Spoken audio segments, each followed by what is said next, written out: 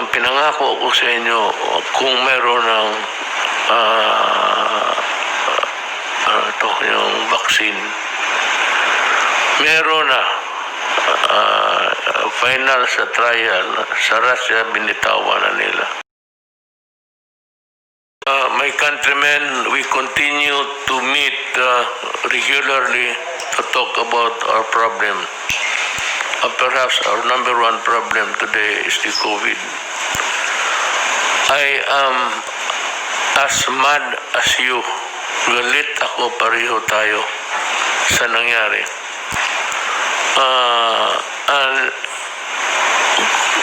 Ginusto ninyo na buksan ko na ang puwerta. Gusto ko yan. Gusto ko ang nagpipigil na lang sa akin, ang science. Gusto ko kasi nagalit na pati ako, nakulong na ilang buwan. Naging inutil na rin ako eh. I have become, except for the voluminous papers, na inutil na ako, na akong magawa na ewan ko. But, you know, COVID is COVID. Alam ninyo, sa Amerika, sa ibang lugar, for those countries, pati China nga eh, too early, maaga sila binuksan. Sinabi sila ng WHO, wag. Binuksan nila, ngayon nagbalik sila, parang second wave. America is still number one with so many thousands dying. Hindi ito biro, hindi naman ito sabihin mo, na makikita mo naman sa TV at binabalita naman dito sa atin. So we are trying our best. We have the Secretary of spokesman to keep you informed of what we're doing. General Delfin Lorenzana, Dr. Doke, who has my trust. Si General Galvez, General Anyo, ma'am. Sa education, kay isang sektor yan, worried kami. Alam mo, ang edukasyon, kinabukasan ng mga bata yan. They have to finish a course na para mabuhay sila. So, I know the apprehensions of Secretary Brunes. Pero maghintay kayo. Maghintay na lang. I'm sure China has already won. Ang Amerika, ang takot ko na nga noon kasi nga mahirap tayo and we need so many millions also. As a matter of fact, I would need about 110 million para mapainom ko sa lahat, para ang COVID nandyan pa pero maging inutil na. Pag nakainom na tayo ng vaccine, yung influenza, yung H1N1, nandyan yan sila. Pero pag nakainom ka na ng vaccine, purnada na yan sila. But they remain on the air, but we are immunized already. So, maghintay lang kayo ng konti. Para sa mga plano natin, put it something like hanggang towards the end of the year. But if there is a thing that develops which is really good for you, mauna ako. Mag-utang ako. Magpabili ako kung saan magpabili ng lupa para ibili ko ng medicine. In the meantime, wala. Mini America, Europe, wala isa. O isa lang ang nila, o dalawa, tatlo. Social distancing. Huwag kayong magsigaw-sigawan, nakadikit-dikit. Mask. America, Russia, lahat, China, mask. Ito, importante talaga. Ngayon, kung wala kayo, I will try to buy as many as I can afford. Kung kaya ko, bigay namin yan sa inyo libre. But wear it. And maski nagamitin mo siguro yan, 2 beses, okay mo lang. O sprayhan mo lang ng alcohol pagkatapos. Huwag yung in-spray mo, isuot mo kaagad. Yung pagkatapos ng araw, hang it somewhere, sprayhan mo lang ng Lysol if you can afford it. Yung wala, ibabad mo ng gasolina o diesel. Putang ina, COVID na yan. Hindi uubra yan dyan. Totoo. Wala kayong iba to disinfect yun. Maghanap mo ng gasolina. Babad mo lang yung kamay mo. Layo mo lang kaya baka huwag sa loob ng bahay ninyo.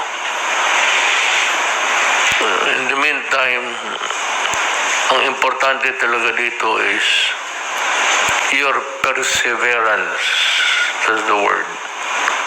You must persevere during this time. Simplihin ko, patience. Total dadating rin yan. Marunong ang Diyos. Alam niya hindi tayo niya pababayaan. Especially Pilipinas kasi Kristiyanos tayo. Kaya magsakripisyo lang tayo na ako. Secretary Galvez.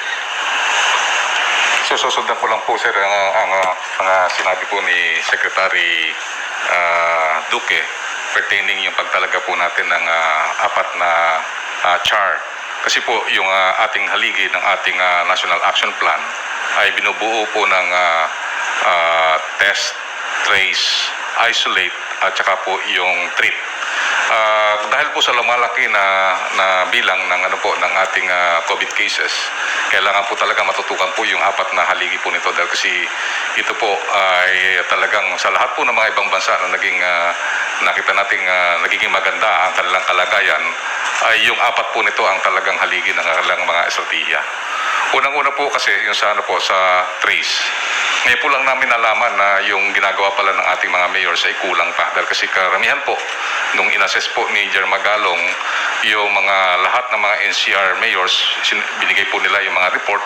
Nagpunta rin po siya sa Cebu, nagpunta po rin po siya sa Region 4A, at ngayon po, bukas po, pupunta po siya sa Region 3. Nakita po natin kulang pa yung ginagawa nating testing. Dahil po karamihan, pagka po nag-trace tayo, ay mababa po yung natatrace natin. Minsan karamihan po sa mga ang ratio po ng mga nakukuha ng mayor is 1:20 ang pinakamataas at iba pa is 1:3. Ibig sabihin, mayroon pong nakakawala na mga positive na gumagala po sa atin. Maganda po yung yung ginagawa po ni Jer Magalong kasi si Jer Magalong po na-reduce niya po yung kanyang cases from as high as 49 to 0. So talagang naisiro niya po yung yung mga cases niya, and for almost 2 weeks wala po siyang new cases. At titingnan po natin yung kanyang kakayahan. Ito rin po ang pinaka-basic ginawa ng Japan. Ang ginawa po ng Japan is how to follow the trail of the TB, mga infectious diseases. So ang ginawa po ng Japan, pinalakas po nila yung tinatawag nilang more than hundreds of BHERTs, yung mga community facilities. Yung BHERTs po natin, ito yung tinatawag Barangay Health Emergency Response Teams. Ito po yung talagang kung tutusin natin, yung sa Cebu experience po natin, yun po ang pinalakas po ni General Simato. Nung kinausap niya po yung 80 na barangays ng Cebu, gumanda po ang kalagayan po ngayon ng Cebu. Tumaas po ang kanyang doubling time, at the same time, yung kanyang R0 bumaba po ng 1.1. Ibig sabihin yung reproduction niya po, yung transmission bumaba. Ngayon po nakikita po natin, maganda po ang ginagawa ni Jer Magalong because of his passion. Nag-meeting siya sa lahat ng mga mayors at kinukumpara niya yung mga experience ng ibang bansa at saka experience ng Baguio kung paano po mapaayos ang tracing. Ganoon din po yung sa India, yung sinasabi nga po in-introduce po sa amin ni SOH, ni Secretary Duque, yung Darabi model, wherein yung hospital po ang pumupunta po doon sa mga slum areas. Sila po ang nag-iisa-isa, nag-house to house kung sino po yung mga may kaso ng COVID. Doon lang po natin makukuha po ang talagang makuha po natin na ma-isolate po natin siya. At yun po, nakikita po natin, ginagawa po ngayon ng ating mga CHAR na si Secretary Vince ay talagang pinaakyat niya po ang kapasidad natin sa testing. Pati po yung supply chain po natin, yung mga consumables, inayos niya rin po. So ngayon po, pwede na tayo makapag-test ng na-break na po natin ang 26,900 na test natin noong July 17. So ibig sabihin, nakapag-test na po tayo isang araw na more or less 27,000 a day. Pagka na-reach po natin yun, na-reach po natin yung 32, sinasabi po natin mga dalubhasa na we can save more than 4,000 to 6,000 deaths. Meaning, maiiwasan po natin yung tinatawag nating magkaroon ng dead on arrival. At the same time, bababa po yung mga severe cases kasi nagkakaroon na po na tayo ng early detection. Kasi po, pagka na-detect po natin kaagad ng maaga, symptomatic at moderate, pwede na po nating gamutin. Yun din po ang kagandahan po ngayon na magkakasama po kaming kasama po ni SOH. Nagpupunta po kami sa lahat ng mga ospital. Tinitingnan po namin ang capacity. Mr. President, makikita natin kung maitas lang natin ang ICU natin na more than 1,000 na ICU beds at saka po yung isolation beds dito sa Metro Manila. Medyo makakagana po kasi kinausap natin po ang mga ospital kung sa ward beds kaya po nating expand kasi ang ng ospital 30% lang po ang kanilang COVID patients. Pwede pa nating i-extend. Pero yung ICU po ang hindi po natin ma-extend kasi limited po ang ICU. At karamihan po ng mga critical at saka mga tinatawag natin pong critical at saka mga severe, yun po ang nando sa ICU. So if we will try to tinatawag na to dance with the virus, ang isang estratehiya po natin, dapat palakasin po natin ang ICU natin. At yun po, nakita po namin sa Quirino Memorial Hospital, meron po tayong mega ER. Yung isang floor po doon, ginagawa ngayon, yung isang floor, parang isang ER na po yun. At meron siyang 50 ICU beds. At doon po sa East Avenue Medical Center, binisita rin po namin ni Dr. Vega. At nakita po namin doon, meron po tayong 250 beds at saka meron po tayong 25 ICU beds. Kung yun po, may dedicate po natin na COVID, sa COVID lang po yun, maganda po na magkaroon po tayo na tinatawag sa Metro Manila na 4 COVID hospitals dedicated. Kasi po, ang problema po natin, pagka kumakain po tayo ng percentage doon sa mga patient po na non-COVID, yung non-COVID po ang nakukompromise. Yung mga tinatawag nating may dialysis, yung mga cancer, yun po ang mga nagiging casualty po. So, ang nakikita po namin, we will be recommending na kung magkaroon po na tayo ng zoning sa NCR, meron po dapat tayo ng 4 na COVID hospitals.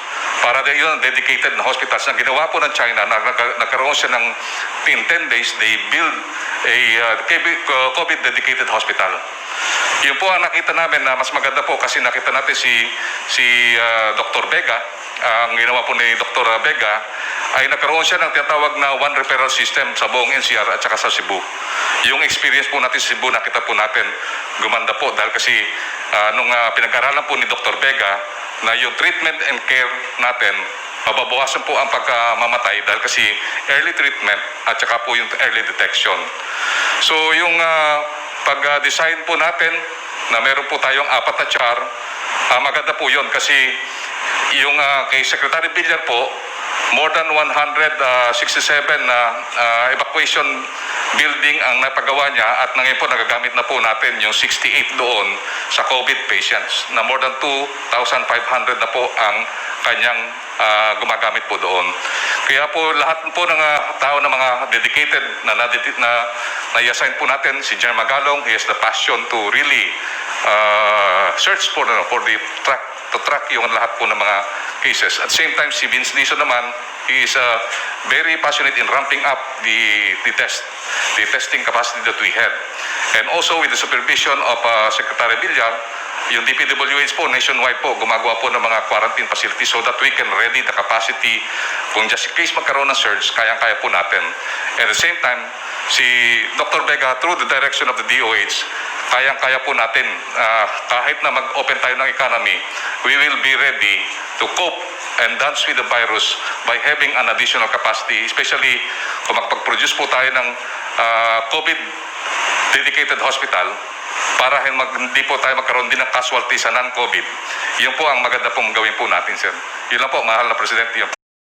Total, ang ating idol, nagsakripisyo man rin. Pinaghahampas-hampas, ipinako pa sa krus.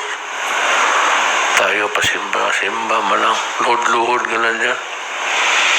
So, dedicate it to the Lord that you also suffer for the country. Maraming salamat po.